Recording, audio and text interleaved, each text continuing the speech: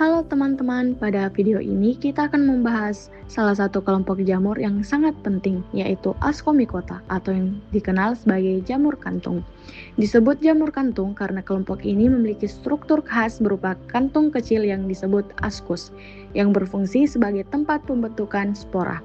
Ascomycota merupakan bagian dari kingdom fungi dan termasuk salah satu filum terbesar dengan jumlah spesies yang sangat beragam. Jamur ini dapat ditemukan hampir di semua habitat, mulai dari tanah, sisa organisme, hingga hidup sebagai parasit pada makhluk hidup lain.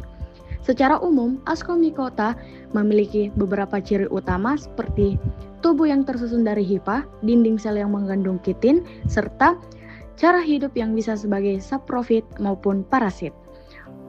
Beberapa contoh jamur dari kelompok ini antara lain Aspergillus, Penicillium, dan Saccharomyces vitae yang sering dimanfaatkan dalam kehidupan sehari-hari. Selanjutnya, kita akan masuk ke pembahasan mengenai struktur morfologi dan anatomi dari Ascomycota. Nah, selanjutnya kita masuk ke pembahasan mengenai struktur, morfologi, dan anatomi Ascomycota.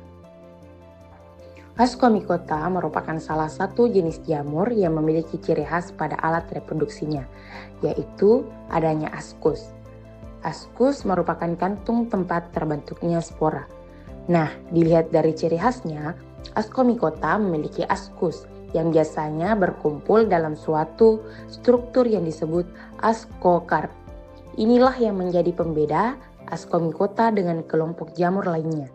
Secara morfologi, bentuk tubuh Ascomycota cukup beragam.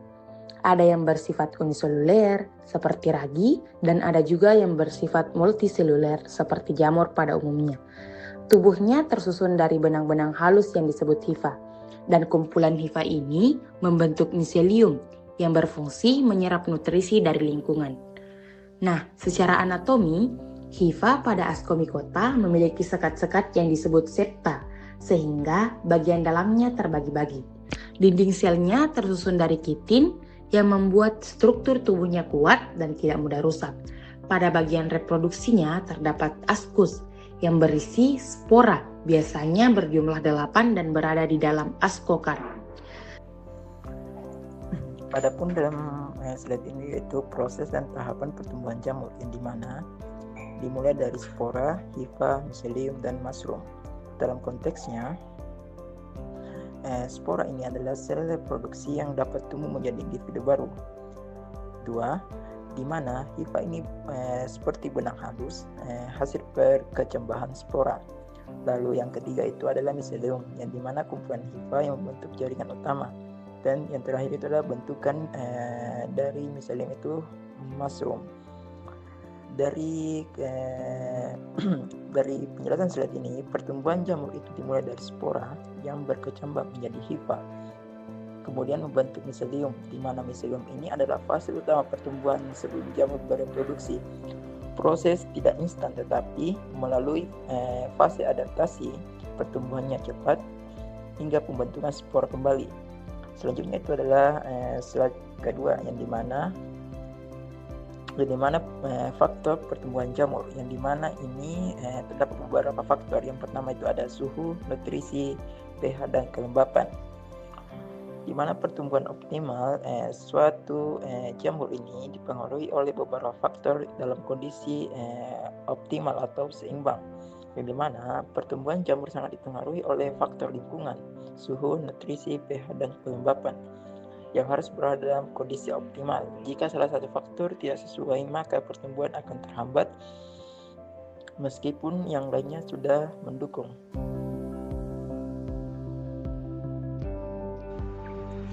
Reproduksi aseksual merupakan proses perkembangbiakan tanpa melalui peleburan sel kelamin.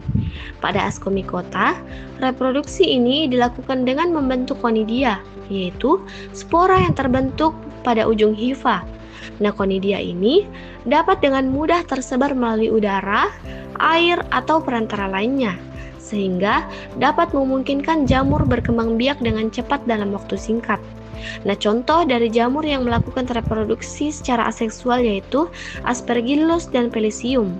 Nah, setelah kita memahami reproduksi aseksual ini, selanjutnya kita akan membahas reproduksi seksual yang menjadi ciri khas utama dari Ascomycota. Reproduksi seksual pada Ascomycota merupakan proses yang lebih kompleks dan menjadi ciri khas kelompok ini, di mana proses ini melibatkan beberapa tahap, yaitu yang pertama, ada tahap plasmogami, yaitu peleburan sitoplasma dari dua sel. Yang kedua, karyogami, yaitu peleburan inti sel. Dan yang ketiga, meiosis, yaitu pembelahan sel untuk menghasilkan spora, di mana hasil akhir dari proses ini adalah terbentuknya aksospora di dalam aksus. Nah, biasanya dalam satu aksus terdapat sekitar 8 aksospora yang kemudian akan dilepas untuk berkembang menjadi individu baru. Nah, setelah memahami reproduksinya, terakhir kita akan membahas manfaat dan kerugian Ascomycota dalam kehidupan manusia. Nah, setelah kita memahami proses reproduksi pada Ascomycota, selanjutnya saya akan menjelaskan manfaat dan kerugian jamur ini dalam kehidupan manusia. Nah, Ascomycota ini memiliki banyak manfaat, terutama dalam bidang industri dan kesehatan. Salah satu contohnya adalah Saccharomyces cerevisiae, yang digunakan dalam proses fermentasi untuk membuat roti, teh, dan minuman beralkohol. Nah, selain itu, jamur dari genus Penicillium ini dimanfaatkan untuk menghasilkan antibiotik penisilin yang sangat penting dalam dunia medis untuk melawan infeksi bakteri. Namun, di balik manfaatnya, Ascomycota juga ini memiliki beberapa kerugian. Contohnya adalah Candida albicans yang dapat menyebabkan penyakit pada manusia, seperti infeksi jamur pada mulut dan organ tubuh lainnya. Selain itu, beberapa jenis Ascomycota juga dapat merusak bahan makanan, sehingga dapat menyebabkan pembusukan dan kerugian ekonomi. Nah, sebagai kesimpulan, Ascomycota ini merupakan kelompok jamur yang memiliki peran penting dalam kehidupan manusia, baik sebagai organisme yang menguntungkan maupun merugikan.